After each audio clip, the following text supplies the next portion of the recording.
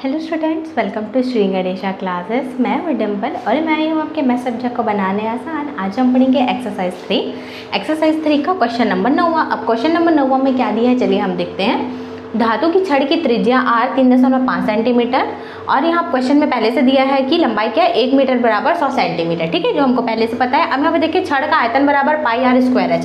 ठीक है, अब यहाँ पे देखिए ये आपको याद होना चाहिए πr²h। अब यहाँ पे देखिए हमको क्या करना है, इसका मान रखना है स्टूडेंट। पाई के बदले में क्या रखना है 22/7 और r का मान हमको पहले से पता है 3.5 और घात 2 लगाना है 3.5 और पूरे की घात 2 गुणा h के बदले में क्या लिखना है हमको 100। तो यहाँ पे हमने क्या लिख दिया 100 लिख दिया। ठीक है, अब यहाँ पे देखिए 35/10 35/10। अब यहाँ पे देखिए 3.5 था।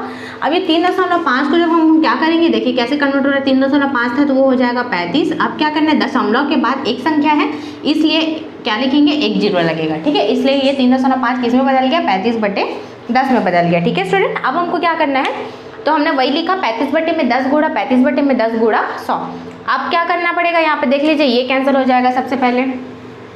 7 एकम 7 7 पंचे 35 हो जाएगा। अब क्या होगा सब एक दूसरे से, ये देखिए 10 जो है ये क्या हो जाएगा इससे कैंसिल हो जाएगा। अब यहाँ पे देखिए 10 एकम 10 0 की 0 तो ये 10 कैंसिल हो गया। तो क्या बचा 22 गुणा ये वाला 5 गुणा 35।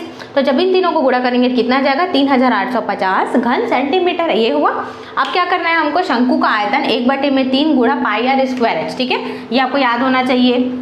शंकु का आयतन कितना है 1/3 πr²h है।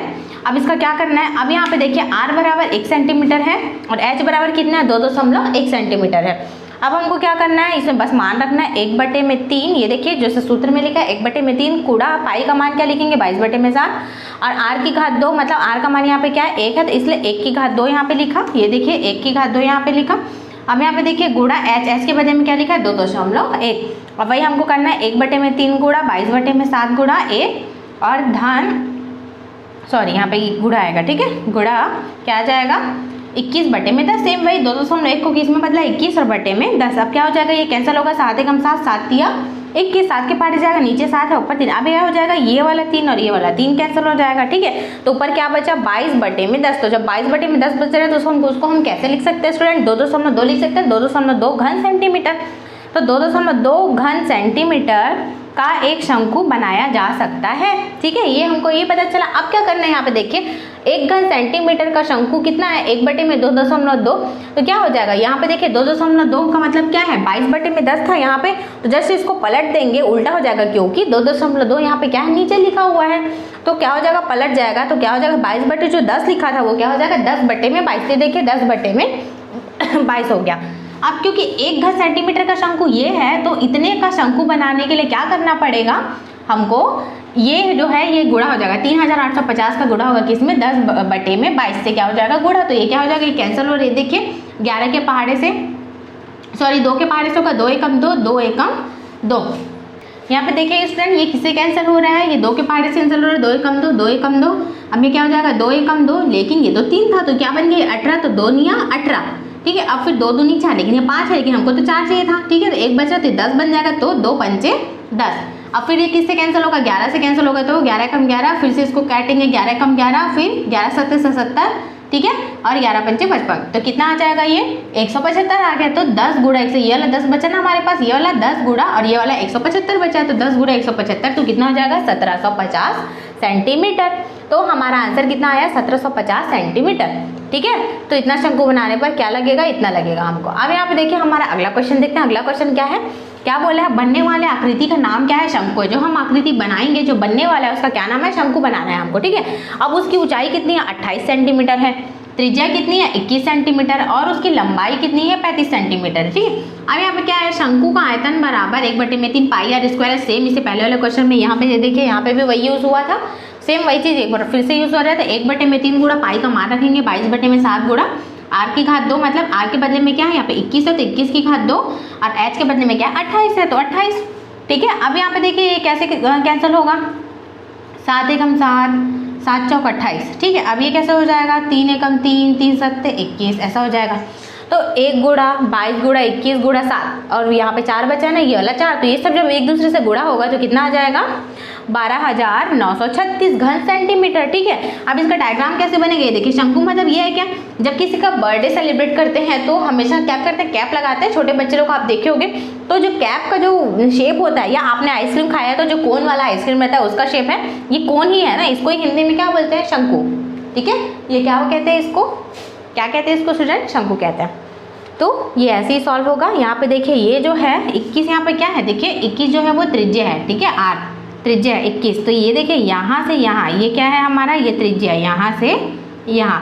अब यहाँ पे देखिए यहाँ पे ऊंचाई कितनी, 28 है। तो ये देखिए यहाँ से यहाँ, ये क्या है, ये उसकी ऊंचाई, ये उसकी ऊंचाई, और ये क्या है, केंद्र से यहाँ तक के, तो क्या है, ये त्रिज्या है स्टूडेंट, और ये क्या है, ऊंचाई है, ठीक है, शंकु का। तो ऐसा इसको डायग्राम हमको बनाना है और ऐसे ही हमको इसको समझना है स्टूडेंट। अब हम क्वेश्चन नंबर 11 सॉल्व करेंगे। तो चलिए देखते हैं इसको कैसे सॉल्व करना है। अब यहाँ पे देखिए माना, हमने क्या माना है, बेलन की त्रिज्या r बराबर शंकु की त्रिज्या, ठीक है। अब यहाँ पे देखिए जो बेलन की त्रिज्या है उसको किसके बराबर मानना है हमको, शंकु की त्रिज्या के, मतलब दोनों की त्रिज्या, बेलन और शंकु दोनों की त्रिज्या क्या है, r है, ठीक है। सेम वैसी बेलन की ऊंचाई बराबर शंकु की ऊंचाई बराबर h, मतलब बेलन की ऊंचाई और शंकु की ऊंचाई दोनों बराबर है, वो क्या है, h माना है हमने, ठीक है। अब यहाँ पे देखिए बराबर करने का मतलब क्या स्टूडेंट, या तो हम क्या कर सकते हैं, इस त्रिज्या के बदले में इस क्या कर सकते हैं, इस h को लिख सकते हैं, इस h के बदले में इस r को लिख सकते हैं, ठीक है, क्योंकि यहाँ पे क्या है, बराबर बोला है। अब यहाँ पे देखिएगा, यहाँ पे सबसे पहले क्या है, शंकु का आयतन का सूत्र यहाँ पे बताया 1/3 पाई r की घात 2, फिर h है।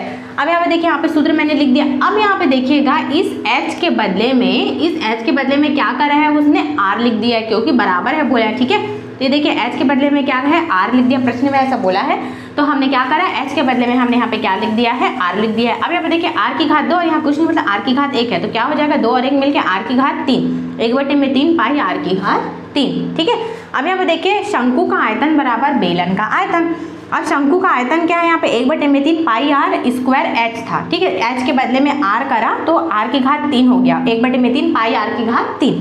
सेम वैसी बेलन का आयतन जो क्या था, पाई r स्क्वायर h, क्या था, पाई r स्क्वायर h था, ये देखिए यहाँ पे मैंने लिखा हुआ है। अब हम क्या करेंगे, इस h के बदले में भी अगर मैं r रखती हूँ, पाई r स्क्वायर इंटू क्या है, इस h के बदले में मैं क्या रख दी, r रख दी, तो r की घात 1, तो 2 और 1 क्या मिल जाएगा, घात 3 बनाएगा, पाई r की घात 3। सेम वही यही लिखा है, पाई r की घात 3, ठीक है, यही चीज लिखा हुआ है स्टूडेंट यहाँ पे, पाई r की घात 3। तो हमने क्या करा, यहाँ पे पाई r की घात 3 लिख दिया। अब क्योंकि ये क्या है, अनुपात में है, 1/3 पाई r की घात 3 अनुपात पाई r की घात 3।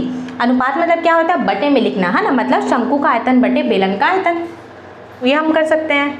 अब यहाँ पे देखिएगा स्टूडेंट, हमको क्या करना है, यहाँ पे शंकु का आयतन बराबर बेलन का आयतन, ये है, ठीक है। अब इसको हम जब अनुपात में करें हैं तो देखिए 1/3 पाई r की घात 3 अनुपात पाई r की घात 3, ठीक है। अब ये अनुपात मतलब ये बटे में लिख सकते हैं ना, तो यहाँ पे देखिए शंकु का आयतन बटे में बेलन का आयतन, ऐसा लिख लिया, तो इसका जो आयतन है उसको भी हम वैसे लिखेंगे।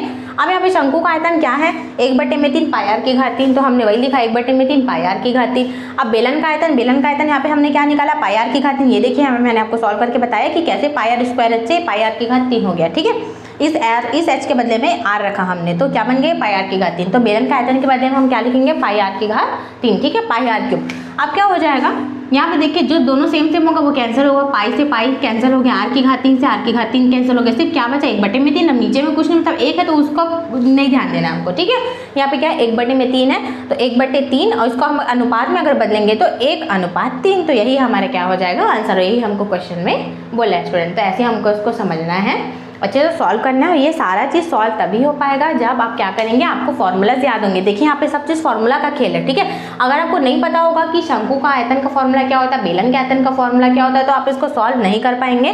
तो इसलिए मैं बार बार आपको इसलिए बोलती हूँ कि इसके लिए फॉर्मूला बहुत ज़्यादा इंपॉर्टेंट है, ठीक है। तो आप ऐसे ही पढ़ते रहिए, और हमारा वीडियो आपको पसंद है तो प्लीज़ वीडियो को लाइक करिए, शेयर करिए और हमारे चैनल को सब्सक्राइब करिए।